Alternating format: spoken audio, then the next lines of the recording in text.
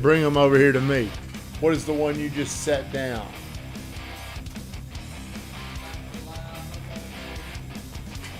Live on YouTube. We're looking for this. Who sold that?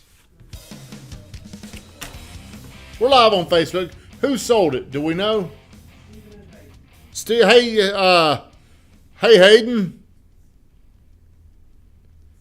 Hayden just walked in the door. Good morning, everybody. Welcome to the Wednesday edition of the Morning Grind. Every Monday through Friday, somebody sits right here in this seat to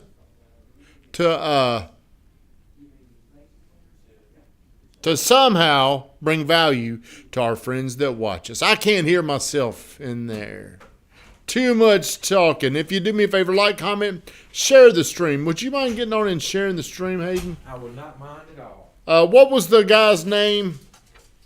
Brad Barnes. Brad Barnes. Let me look through here. As always, we start our show off with 60 seconds of gratitude. Ed, what is something you can be thankful for today?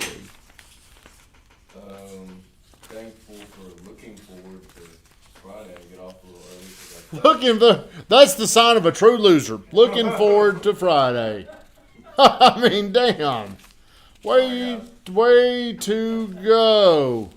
I got a feeling it's going to be Pick on Edward Day. What are you thankful for today, Van Grafton? I'm thankful that we're about to have the best week we've had in the whole year. The best week we're going to have of the whole year. So far, it's a realty company. All right. Well, hey, I hope you're right. It's been one of the rougher weeks I've had in a long time. Yesterday. Here's my 60 seconds of gratitude. Me and Joe Rich were in mediation. We were in mediation yesterday for 9 hours and 55 minutes. Can you believe that? That's a long day. 9 hours and 50 minutes, but it was finally over. I guess I can talk about the lawsuit, but it amazes me. It just amazes me decisions people make. Some people, no matter what, they go from one bad decision to another bad decision. I think yesterday these people did a dumb thing. So, hello, Andre. Thank you for getting on here. If you're on here, make me famous. Share the stream. Like, comment, ask me a question. Good morning, Amanda. How did you work today's show, Van? Come get these. Say it again. The importance of getting to acceptance. I want everybody that's here. Where is Josh Harold? Sit down. Have a seat. Are you on the show? I'm not on the show. Well, get on the damn show. Sorry. Get on there. It's my fault. All right, let's Google. What does Ed, the definition of acceptance? If you're on here, let me know your opinion. What is the definition? What does acceptance mean to you? Get on the show. And you can. Acceptance is the action of counseling to receive or undertake something offered, or the action or process of being received as adequate or suitable, typically to be admitted into a group.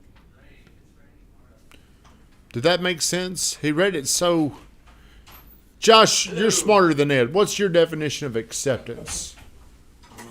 Acceptance, Yep. I'd say, is coming to terms with something. Coming to terms, closing. I'll see. To me, it's coming to terms. We got a damn walking dictionary over here. Okay, so this week, man, I had some rough things. I mean, some ugly things going on. You're part of them. I mean, they were very bad. And emotional acceptance. Acceptance, I think, is one of the stages of grief, maybe.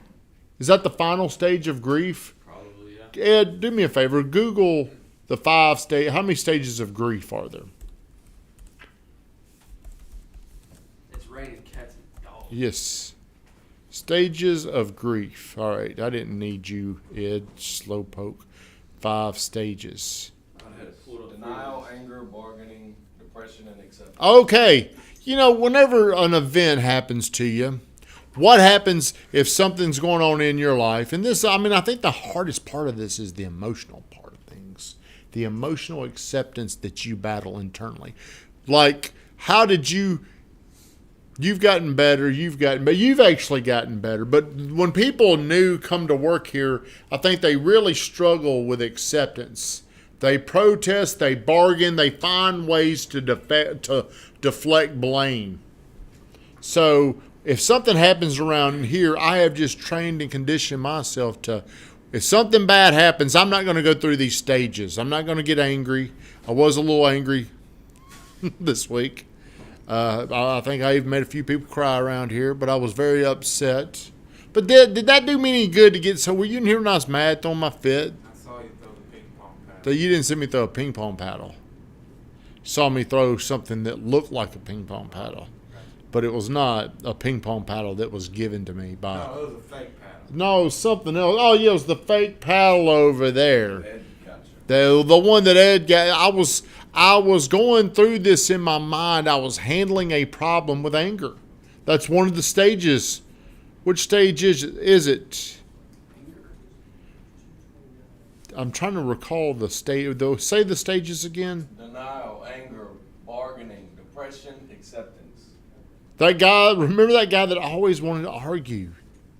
So I've worked on this. This has become good morning, Aunt Spoogie. A lot of people just struggle with getting to this last thing. Why do you think people struggle to get to acceptance? Because they're not comfortable with it themselves. They're not comfortable with In themselves. some other area. In some other, it's usually a security thing. I mean, it's an insecurity thing. Like, why do you beat yourself up so bad if you're wrong? Most people in our country value being right as much as anything. So whenever they're in a situation where they could be at fault, they struggle to get to acceptance. They're in that anger or bargaining or pointing fingers. It's not me, it's you. Or they come up with a lot of excuses. Josh, it's raining today. Whose fault is it? It's my fault. It's raining. Whose fault is it? My fault. Okay, see, all these little Daniel-son drills that I put y'all through for so long. I should have an umbrella. Should have an umbrella. Or you should have not let it rain here. Yeah. Should've dodged the Most people cannot take personal responsibility, therefore they can never get it to acceptance.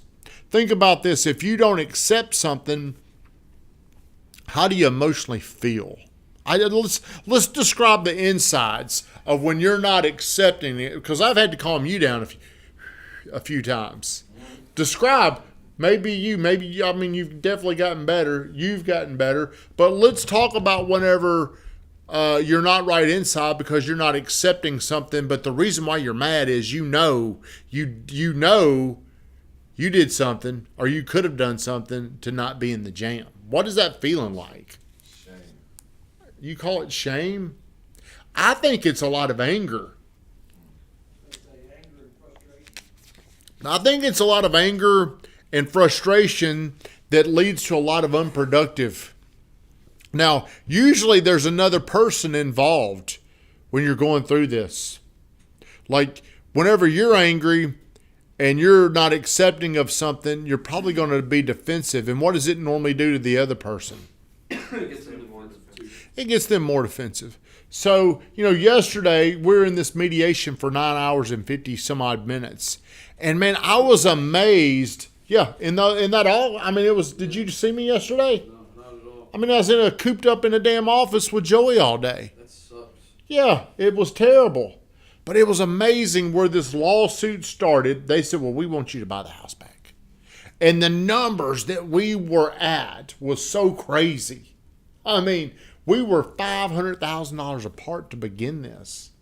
And the moderator or the mediator would come talk to me and Joey, and he'd be over there on our side for 15 minutes, but he'd be on their side for an hour and a half because they're fucking crazy. They are just batshit crazy people. So we go back and forth.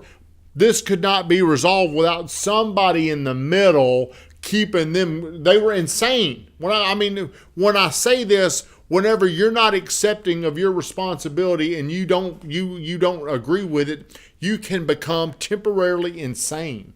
Like whenever you're talking to somebody and all they can do is just fight through the emotion, but they can't do any logical thinking. That's what was going on yesterday. But I watched this guy, this magician, this mediator work. I mean, because I was already like, man, this ain't gonna work. Let's just go to the next step, which would have been the worst thing we could have done, by the way. I mean, go to trial, a jury trial. You know, that would have been the worst thing that could have possibly happened. But this guy said, man, just hang in there. Just hang in there. And he would come over there and, you know, he was helping us understand how to get to acceptance by giving, now look, here's what could happen. If you don't want to do this, let me tell you what it's going to look like. You're going to go to this jury. They're going to see this. This wouldn't work out well for you. He was explaining, he was really being the devil's advocate to our argument. We didn't get emotional. Okay, well, all right, let's just stay in here. So last night, I mean, hell, at 5 o'clock, we were starting to wind down. Thought we were. We didn't get out of here at 7 o'clock last night because of how hard it was for them to get to acceptance of this. And it was so hard that the mediator's like, guys, if we don't ink this tonight, they ain't going to do this. Finally got it done. I mean, it was a long, miserable day. But my emotions almost got the better of me, and I was willing to quit. If I didn't have this guy in the middle making it work, we probably would have been done after 15 minutes. But here's what I want to talk to you about. How do you become that middle person for yourself? That's what's so hard. Normally, we need some, like whenever you're in trouble emotionally, I think you come talk to me. And I've got to find a way to help present things to you to where you don't get pissed off by what I'm saying and get offended by it. I've got to find a way to talk to you to help you see the other side. Here's a good analogy for all you people to go by. If you cannot argue, Waterman! You'll call her on. No, yeah, I'm about to leave. Okay. If you cannot argue both sides of the opinion, you are too emotionally invested in it. You're too emotional. If you ever talk to somebody and like everything you're saying is 100% true logic, but it doesn't matter. It goes nowhere. They're just mad. Cena. She like that? Sometimes. Well, I'd say you are too, though. Yeah, I am too. But it's such a weakness. But she's When- one I am. I'd probably say that on live. Yeah, but I mean that doesn't fix anything. But it is true. Tim Dutton told me this one time. When you're so blind crazy with anger and emotion, it is such a weakness. It is such a deficit. You're crippled if you cannot control your emotions. Now, this is not something you just learn here. You've got to train yourself. And here's where most people get in trouble. I think it's who their counsel is. Like whenever I was started dating Brittany and we had moved into engagement, I would call Weatherman up all the time about listening to this shit. Listen to this. Now, Weatherman never, ever was saying something to make me feel stupid. He would explain it to where I could argue the other side. He was giving me the other side of the argument. But some people, you know what I'm saying, Ed? Fan, are we done? Well, my thing said waiting on a live signal. Am I still rolling? Well, we're going to shut it down, but who is giving you counsel? The secret is this, to move to acceptance as quickly as possible. That's, Coach Bird is a master at this. Like if he has to, okay, well, hey, shit, we'll just have to overcome it. I've struggled because I've often felt this acceptance was going to put me so far behind, it was going to cost me. It was going to cost me the target, the goal, the money. But I've just got to have more belief. Okay, let's accept it. It is what it is. Yesterday I'm in that what's it called again? Mediation. And Weatherman was sitting around telling me bad news. How quickly did I accept that? It's I lost $5,000. Hey, what you know thing about though is you put it into perspective. That's shit. That's baby shit because I started off the day looking at a $361,000 loss. Shut it down, Van Grotten.